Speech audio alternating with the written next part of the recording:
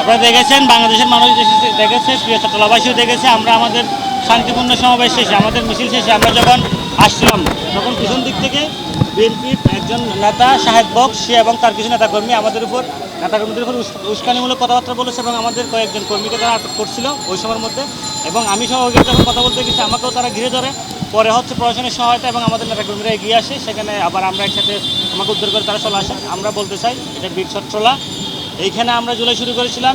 এটা শাহ আমানতের মাটি, এটা পণ্যভূমি। এখানে কোনো ধরনের সন্ত্রাসী যে রাস্তা হবে না। এখানে আমরা এ ধরনের কোনো ধরনের হামলা বা হামলা চেষ্টা সহ্য করবো না।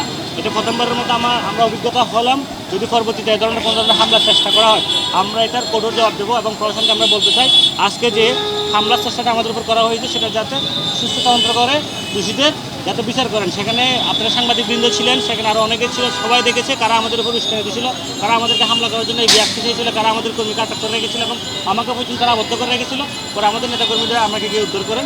আমরা এই পুরো পরিস্থিতিতে আমরা প্রশাসনের সহায়তা চাই এবং আমরা আইনিভাবে আগাবো এবং আমরা প্রশাসনকে অনুরোধ করবো যে এই যারা হামলার চেষ্টা করেছে তাদেরকে যাতে দ্রুত সময়ের মধ্যে গ্রেফতার করা হয়। তারা দাবি করছে যে প্রধানমন্ত্রী তারেক রহমানের বিরুদ্ধে কোনো ধরনের বক্তব্য দিলে এই বক্তব্য ঘিরেই কিন্তু তাদের কোনটা উস্কানিমূলক বক্তব্য, কোনটা আমার রাজনৈতিক বক্তব্য, সেটা বিএনপি ঠিক করে দিতে পারে না। এটা আমি ঠিক করবো, আমার বক্তব্য আমি ঠিক করবো, বিএনপির বক্তব্য বিএনপি ঠিক করবে। এটা তো বিএনপি ঠিক করে দিতে পারে না কোনটা উস্কানিমূলক। এটা তো হাসিনার ভাষা, হাসিনা এভাবে কথা বলতো যে উস্কানি দিছে, হেমন দিছে, তেমন দিছে। ও ঠিক করার কে কোনটা উস্কানি, কোনটা আমার বাক স্বাধীনতা। এটা ওর যদি সমালোচনা করার ইচ্ছা থাকে ও করুক। আমরা প্রত্যেকটা মানুষের রাজনৈতিক স্বাধীনতা এবং বাক স্বাধীনতা বিশ্বাস করি আমরা। তো এই ধরনের রাজনৈতিক সমালোচনাকে উস্কানি বলে হামলার জন্য একটা জায়েজ করে ফেলা, জাস্টিফাই করা, এটা সম্পূর্ণভাবে হাসিনা কায়দায় করা। আমরা এটা নিন্দা জানাই এবং এই ধরনের কোন ধরনের প্রচেষ্টা করে আমাদেরকে থামানো যাবে না।